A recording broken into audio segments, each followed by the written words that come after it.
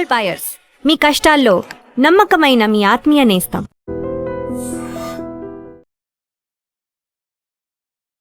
నమస్తే, welcome to I dream talking point with కవిత.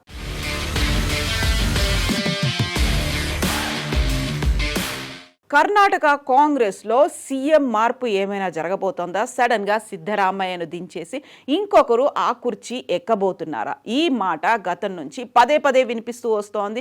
సిద్ధరామయ్య 2.5 ఏళ్ళు ఉంటే నెక్స్ట్ డీకే శివకుమార్ 2.5 ఏళ్ళు పరిపాలన చేస్తారు అనేటువంటి మాటకు సంబంధించి ఇప్పుడు లేటెస్ట్ డెవలప్మెంట్స్ కూడా ఢిల్లీ వేదికగా జరుగుతున్నాయి అనేటువంటి వార్తలు వినిపిస్తున్నాయి. కర్ణాటక కాంగ్రెస్ ప్రభుత్వంలో నాయకత్వ మార్పు, మంత్రివర్గ పునర్వ్యవస్థీకరణపై గత కొంతకాలంగా సాగుతున్నటువంటి ఊహాగానాల మధ్య దేశ రాజధాని ఢిల్లీలో కీలకమైనటువంటి పరిణామాలు చోటు చేసుకున్నాయి.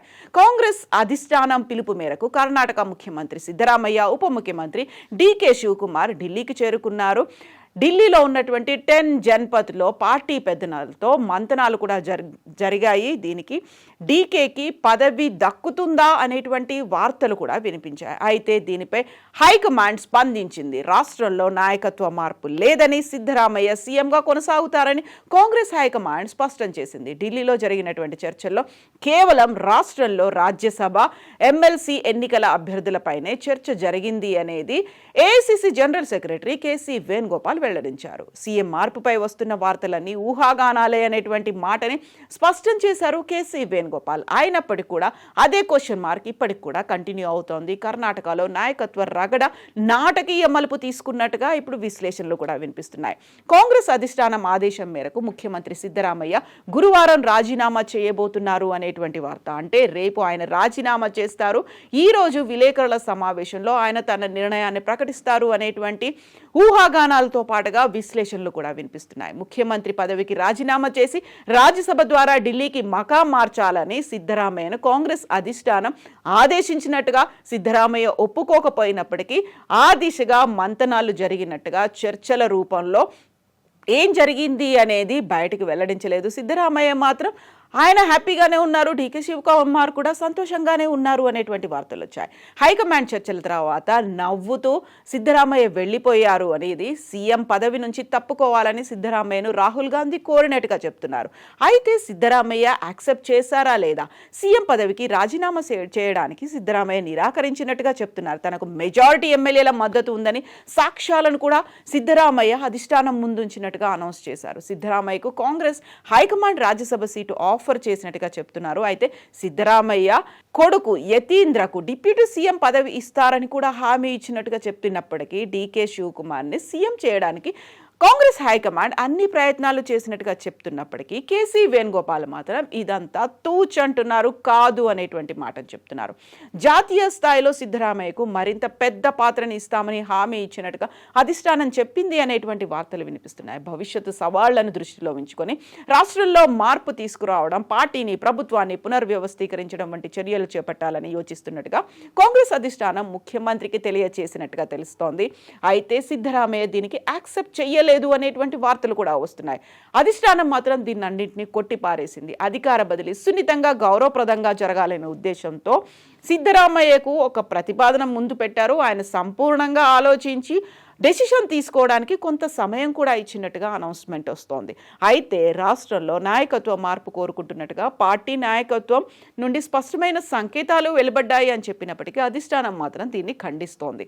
రాష్ట్ర పగ్గాలు చేపట్టేందుకు ఉప ముఖ్యమంత్రి డీకే శివకుమార్ చాలా కాలంగా తెర వెనుక మంతనాలు చేస్తూ ఉన్నారు. క్యాంపు రాజకీయాలు కూడా జరిగాయి. తనకు మద్దతిస్తున్నటువంటి ఎమ్మెల్యేలతో రిసార్ట్లను కూడా ఉంచారు అనేటువంటి వార్తలు కూడా వచ్చాయి. గతంలోనే 6 గంటలకు పైగా ఉన్నత స్థాయి సమావేశం కూడా జరిగింది. కర్ణాటకలో నాయకత్వ మార్పుపై వస్తున్నటువంటి ఊహాగానాలన్నింటినీ సీనియర్ నాయకులు బహిరంగంగానే తోసిపిచ్చారు. అయినప్పటికీ కూడా లేటెస్ట్గా జరిగినటువంటి 10 జన్పథ్లో ఈ భేటీ అత్యంత ప్రాధాన్యత సంతరించుకుంది.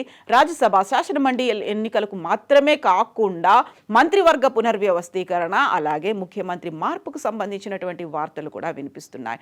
అయితే ఢిల్లీ పెద్దలు ఇప్పుడు సంస్థాగతంగా రాష్ట్ర రాజకీయాల్లో కర్ణాటక ప్రభుత్వంలోనే ఒక మార్పులు చేపడతారా, లేకుంటే సిద్ధరామయ్యను జాతీయ రాజకీయాలకు తీసుకొస్తారా? వీటన్నిటికీ సంబంధించి ఇప్పటికీ ఒక ఫైనల్ కంక్లూడింగ్గా అయితే ఏమీ రాలేదు. కాకుంటే ముందు నుంచి ఎక్స్పెక్ట్ చేసినట్టుగా ఈ రోజు వరకు టైం ఇచ్చారు, రేపు అధికారికంగా సిద్ధరామయ్య రాజీనామా చేస్తారు అనేటువంటి మాట వినిపిస్తోంది. బట్ ఢిల్లీ కాంగ్రెస్ ప్రధాన కార్యాలయంలో జరిగినటువంటి ఈ సమావేశానికి సిద్ధరామయ్య, ఉప ముఖ్యమంత్రి డీకే శివకుమార్, కాంగ్రెస్ అధ్యక్షుడు మల్లికార్జున్ ఖర్గే, రాహుల్ గాంధీ, కేసీ వేణుగోపాల్, కర్ణాటక ఇన్ఛార్జ్ రణ్దీప్ సుర్జేవాలా ఈ సమావేశంలో పాల్గొనడం అత్యంత ప్రాధాన్యత సంతరించుకుంది. నాయకత్వ మార్పు అనివార్యమని పార్టీ వర్గాలు చెబుతూ ఉన్నాయి. అయినప్పటికీ కూడా అఫీషియల్గా సిద్ధరామయ్య మార్పుపై ఎటువంటి చర్చ జరగలేదనే మాట కూడా చెప్తున్నారు. 6 గంటలకు పైగా జరిగినటువంటి చర్చల అనంతరం కేసీ వేణుగోపాల్ విలేకరులతో అయితే మాట్లాడారు. రాజ్యసభ, కర్ణాటక శాసన మండలి ఎన్నికలకు మాత్రమే ఈ చర్చ పరిమితమైనట్టుగా అనౌన్స్మెంట్ వచ్చింది. బట్ ఊహించిందంతా నిజమేనా కాదా అనే దానికి సంబంధించి మీరు ఊహించింది నిజం కాదు అనేటువంటి మాట సిద్ధరామయ్య మార్పు ఉండదు అనేది వేణుగోపాల్ చెప్తున్నారు. బట్ ఏం జరగబోతోంది? పార్టీ హైకమాండ్ ఏకగ్రీవంగా డీకే శివకుమార్కు మద్దతు ప్రకటించిందా? సిద్ధరామయ్య కుమారుడు యతీంద్ర డిప్యూటీ సీఎం పదవి చేపట్టబోతున్నాడా? రాష్ట్రంలో కాంగ్రెస్ అధికారం చేపట్టిన వెంటనే ఈ మార్పుకు సంబంధించి చర్చ ఎందుకు వచ్చింది? ఇప్పటిదాకా డీకే శివకుమార్ ఆ చర్చను కంటిన్యూ ఎందుకు చేస్తున్నారు అనే దానిపై ఇప్పటికి కూడా బోల్డ్ అంతా సస్పెన్స్ కొనసాగుతోంది. డీకే శివకుమార్ అధిష్టానం మీద ఒత్తిడి తీసుకొచ్చారు అనేటువంటి మాట. సో ఇలాంటి నేపథ్యంలోనే ఆయన్ను తప్పించేందుకు అధిష్టానం క్లియర్గా ఒక ఇండికేషన్ ఇచ్చిందా? మరి అక్కడ సామాజికరంగా జరగాల్సినటువంటి సమీకరణాలు, ఈ మార్పుకు సంబంధించి కర్ణాటక రాష్ట్ర రాజకీయాల్లో ఎలాంటి మార్పు రాబోతోంది? ఈ నేపథ్యంలోనే ఇప్పుడు కర్ణాటక రాజకీయాలు అత్యంత కీలకంగా మారబోతున్నాయి.